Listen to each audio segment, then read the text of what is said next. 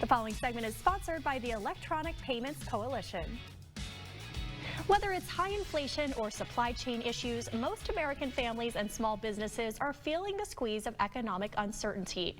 New polling shows that consumers are turning to credit card rewards programs to fight back against inflation and reduce the high cost of living. Clint Henderson, rewards expert and managing editor at The Point Guy, joins us now to discuss the results of the survey and how consumers can maximize their credit card rewards.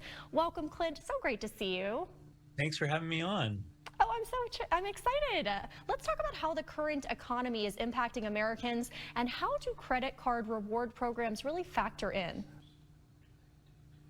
Yeah, so I work for thepointsguy.com and we cover everything travel, but we've really seen a spike in the price for everything travel related, whether that's a hotel room or airfare.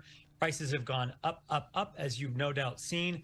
But consumers are also seeing higher prices for everything from groceries to gas, and they're turning to rewards credit cards to help mitigate some of those costs. So we have new morning consult polling that suggests 48% of Americans are more interested now in rewards credit cards because of higher prices, because of inflation, and some 91% of people who already have rewards credit cards are finding them useful in their daily lives. So you know, there's rewards credit cards that can give you everything from 1% straight cash back on all your transactions to paying yourself back for groceries or gas, and then all the way to how I like to use my points.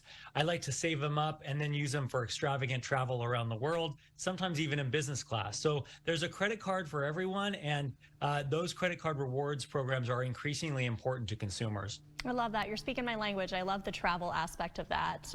What tips do you have for people who are maybe looking to use their rewards to just stretch their budget further altogether?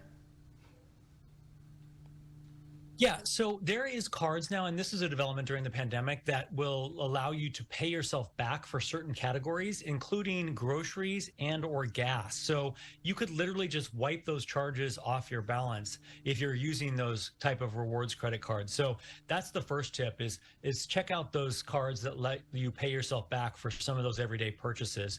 I would also tell people, don't be afraid of opening more than one credit card. I have 27. Now, I'm not advising consumers to go out and open 27 credit cards, but I do say open one or two new ones a year. Get the sign-up bonuses, which sometimes can be huge, as we can teach you at the Points Guy, and then use those points to travel, or even if you're just using them to cancel out some of your bills. So do your research, go to sites like thepointsguy.com. We can teach you. We have a newsletter. We do daily deals. So we'll teach you how to travel better and cheaper. And there's lots of cards options out there for you. I love that. You have so many valuable tips, Clint. It's been great to talk to you. And once again, really, where can viewers go for more information? So there's something I really need to flag to consumers. There's an effort in Congress right now to get rid of rewards. Basically, it would limit the transaction fees that banks can charge retailers, and that could essentially, if this law passes, eliminate all credit card rewards overnight. Wow. So we've set up a website, hands-off-my-rewards.com. Check it out. Talk to your congressman. Make sure this legislation doesn't pass. So great. Thank you so much, Clint. Great to see you. I appreciate it.